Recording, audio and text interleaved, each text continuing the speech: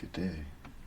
This is Cast Iron ASMR, looking at 6 Sleepwalker comics. Sleepwalker, a Marvel superhero from the 1990s. I didn't buy these in the 90s, these comics. Probably bought them maybe 5 years ago or so. From the local comic retailer,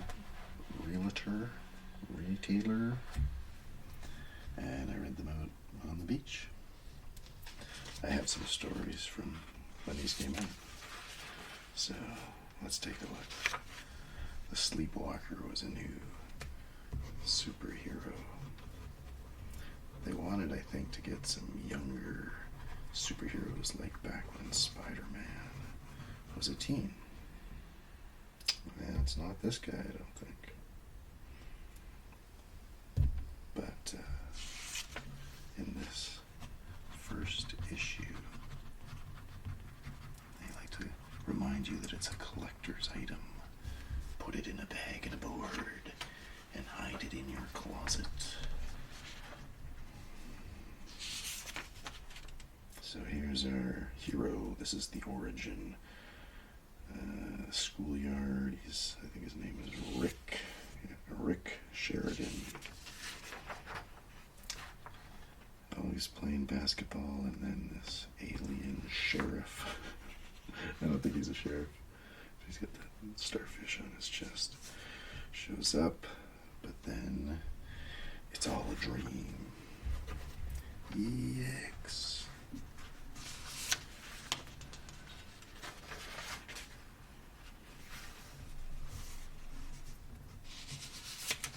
He has a dog. Oh, his dog's name is Rambo. What year is this? June 1991. So, our main character. What is this? Looks like I don't know where he is. New York City. But then they're at the beach.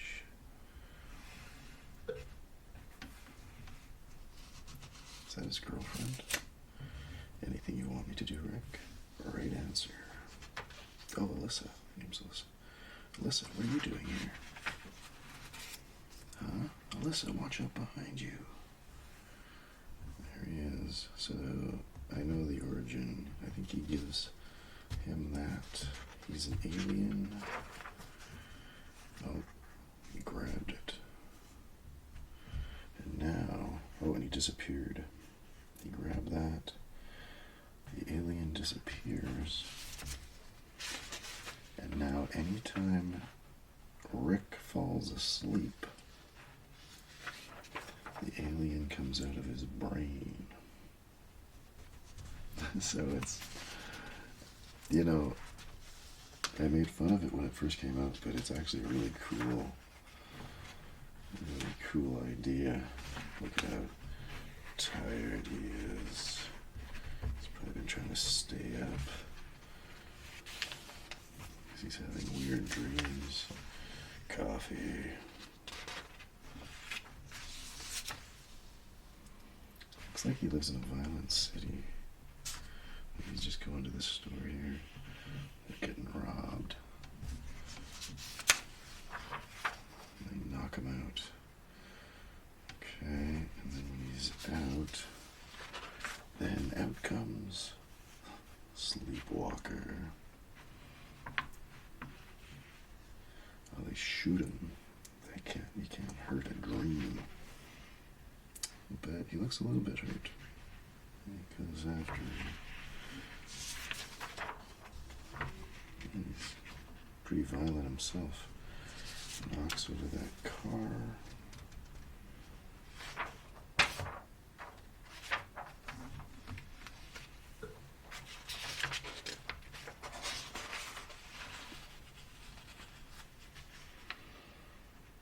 Okay. And then when does he wake up? What happens then? He disappears, I suppose. The mystery of the Sleepwalker deepens. Rick loses more sleep, and Marvel's most spherical supervillain debuts, the enigmatic 8-Ball.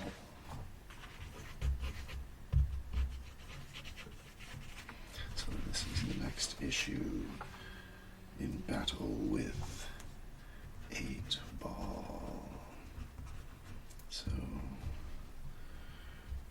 when this came out, I saw this when it came out in the comic store, and I was disappointed. I was a little upset because I made my own comic books, comics. And at the time I was making a comic called Snotman, and he was gaining, I was making all these rogue, a big rogue gallery of supervillains, and months before I made a 8-Ball masked villain, and I called him the Billiard Bastard. And then I saw this and I thought, no, I was making a portfolio from comic work to send to the publishers. And later, even, there's this 91, probably a short time later, another villain for my comic superhero, Snotman, was, what did I call him? Land Shark. Which really I just ripped off the idea from the Saturday Night Live Land Shark. But then in the Image comic, Savage Dragon, Eric Larson made a shark character who walked around. It looked just like mine, kind of.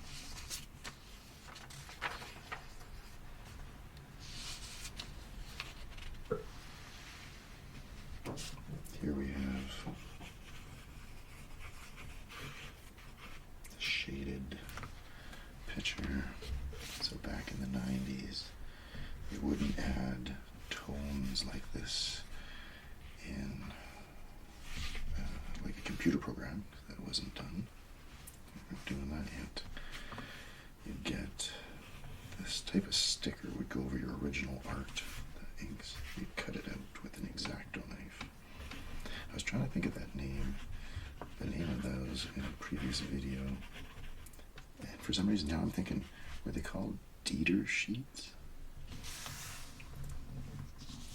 One time when I was making all the comics, I lived in a city. I went all over town looking for sheets. I did find them. They're cool. Like that would just be, this dots, but then you could put that, you could put another one over top.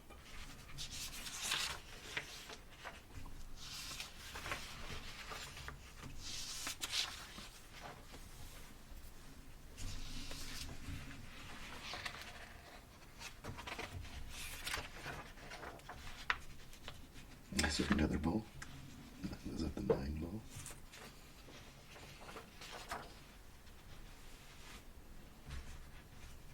How does he see out of that thing? In my version, there was little cutout holes there and there so you could see out.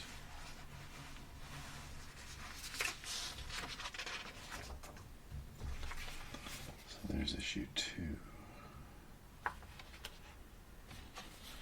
Look what we have here. This is a big Marvel superhero collection of characters. So this must be our hero's alter ego. The alter ego, he lives inside his brain. And he lives on Earth. So he's saying, but this is only a dream, right? Tell that to them. To all these Marvel heroes. They don't know him yet. He's too new. Who is this Sleepwalker? Those Marvel heroes, anytime somebody new shows up, look how angry Wolverine looks. Pop, pops his claws. I'm ready to do a little berserker rage.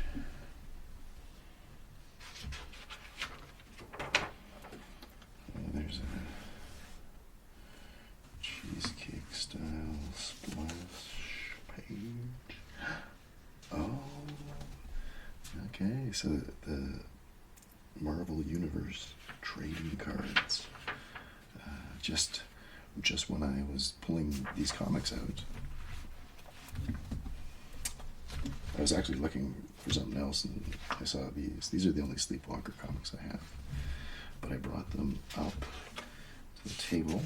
Then I was thinking about, I used to have, for a couple of years, I was buying these trading superhero cards. And when Sleepwalker came out, in one of these series, maybe that one, I thought, oh my goodness, I gotta go look. I think I have the Sleepwalker's rookie card. So I went looking through boxes, and I found a binder full of superhero trading cards, and I was disappointed. It was me and another friend who would buy those, and I know there was a Sleepwalker rookie card, but sadly I didn't have it.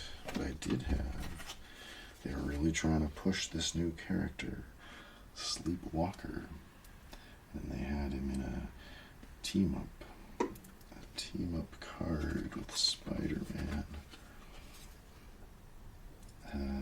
Their first encounter is Sleepwalker number 5, October 1991, and I have that comic here, so we'll be looking at that. It was fun just to, I don't know, at the time, superheroes were pretty cool. Get the cards, it was like hockey cards, we'd play the games, set them up against the wall, and you'd bet more cards and you'd throw them. Anyway, like I said, I got a team-up card, but I don't know if this comic lasted more than a year. It was good. I don't think it exists anymore. Sleepwalker. Pretty cool. Cool idea. Show up. This must be his dream. Show up at a crime, and then you have to fall asleep.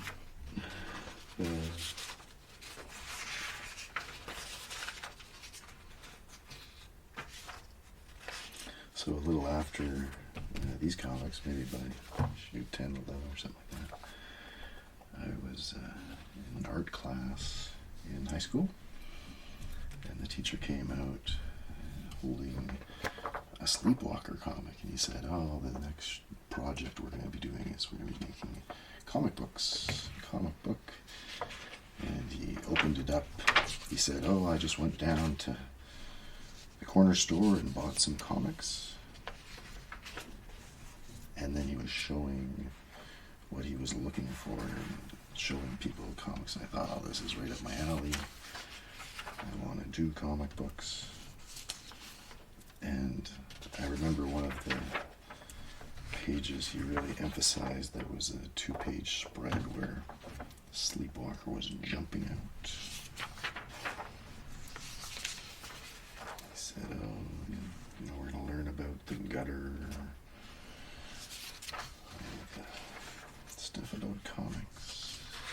I was working on getting a portfolio and some work to send to try and get art, a job drawing comics. So I asked the teacher, can I make black and white comics? Like independent comics. And he was okay with that. I said, oh, there'll be a lot of... First he was wary. I said, oh no, there's more depth into the art, and shading and cross-hatching. So he let me. I can't remember what was the comic that I did. It was kind of like a Batman ripoff. Vigilante. Next month. Web of Confusion.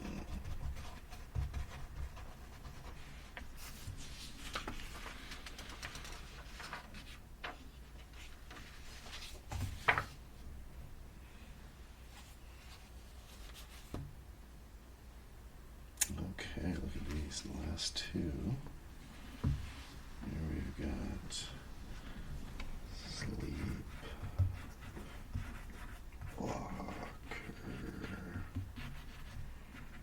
part 1 of 2, and Web of Confusion, part 2 of 2.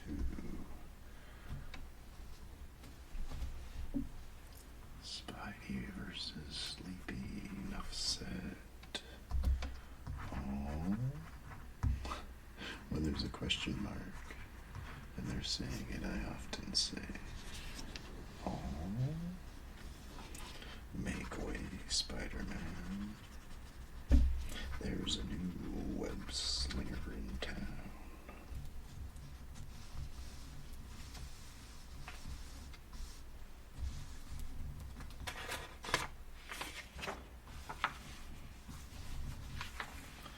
Bill and Ted's Excellent Adventure. Or is that the next one?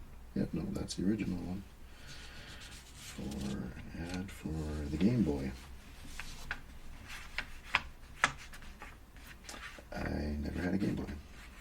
I never even had a Super NES. No, a regular NES. I had ColecoVision. And we never had an Atari, but before that we had Pong. But it was even more advanced than Pong. There was like 3 other games that all used this line and the ball.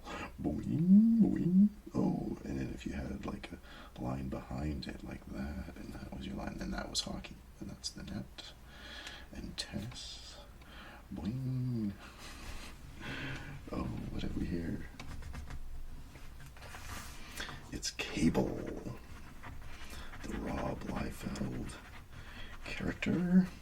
You can tell it's a Rob Liefeld character by the number of pouches. This artist loved to put pouches all over his heroes.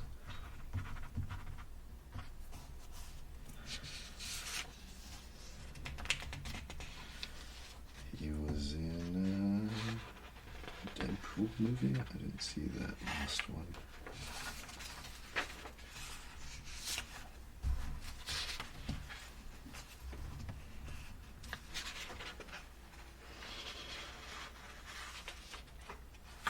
These guys, that looks like Catwoman. Oh, what's this? Oh, this was a game, like a 900 number game.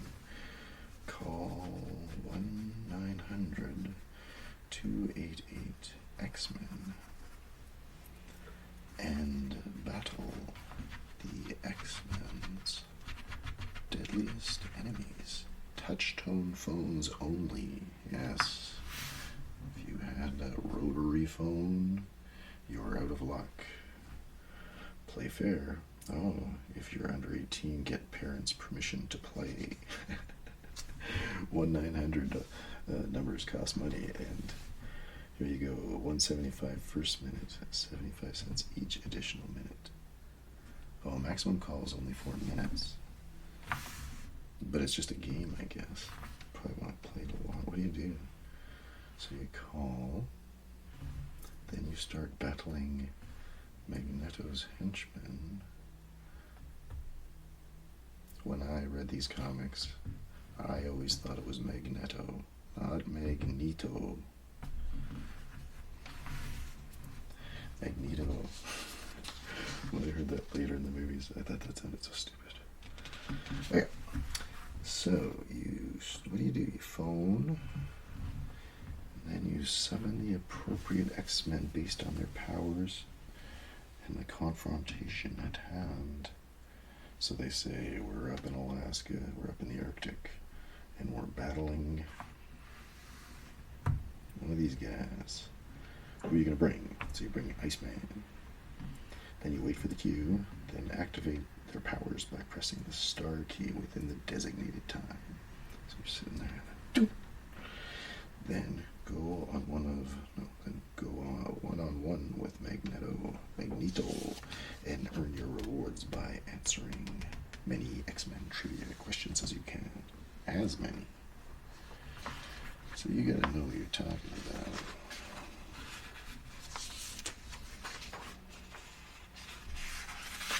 there was a 1-900 number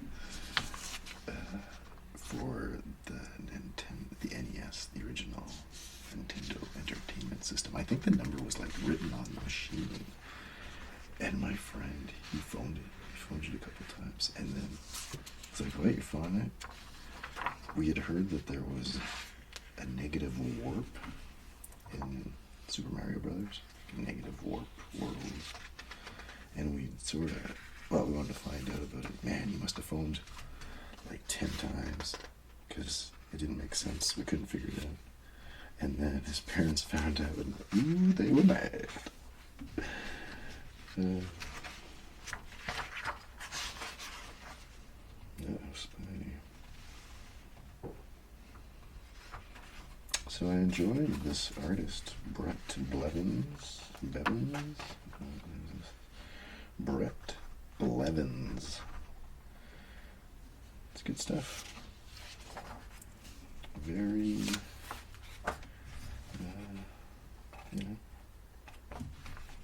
very adequate. Alright, and the last one, The Web of Confusion. We got ads for Sega Genesis. That was the competing system for the Nintendo Entertainment System. Hockey cards. Oh, Dark Hawk, this t-shirt. I'm trying to push their new character, Dark Hawk. That was another new one around this time. I don't think he stuck around. His was such a... not the greatest origin character. I think he found something. I found a gem. Now I touch it. Now I have this suit. And like, oh, who's the most popular character at the time? Was Wolverine. Let's give him Wolverine claws.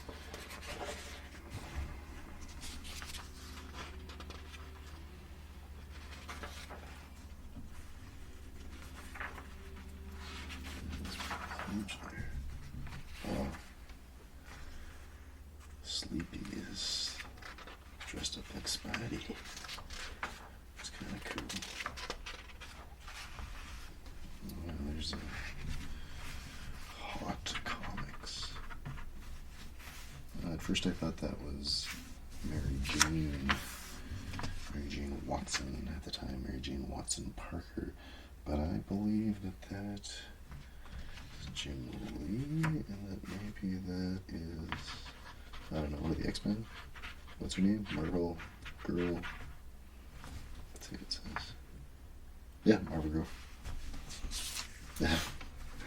That's from the swimsuit issue. Oh, they started making swimsuit issue comics. It was ridiculous. Like the Sports Illustrated swimsuit issue.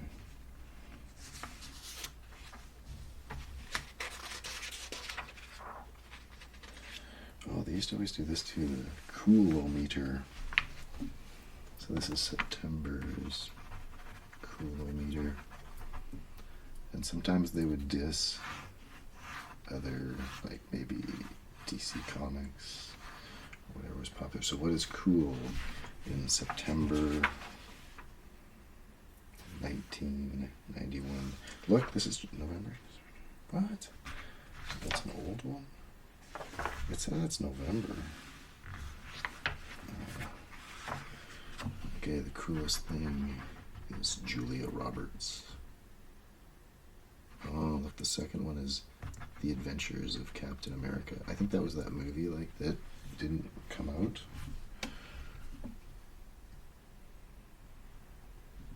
Okay, what's the...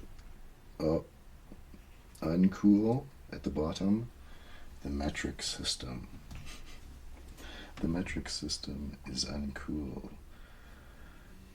Well, 90% of the world uses the metric system. Kiefer Sutherland, why is he uncool? Flea markets, where you can get your old comics. And, well, they think Paula Abdul is almost at the top, so god, what is this? Child TV stars in prison. They think that's pretty cool. That's not cool, that's sad. Alright, well, there's a little something there. The dog. I wonder how the dog gets along with Sleepwalker. Is that his name? Alien Sleepwalker. Wake up calls.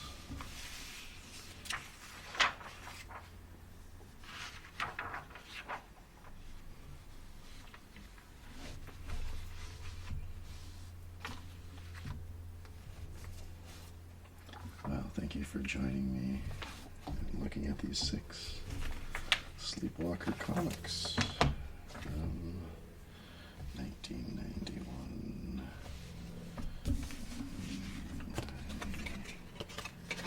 Cards. I used to make them in card houses.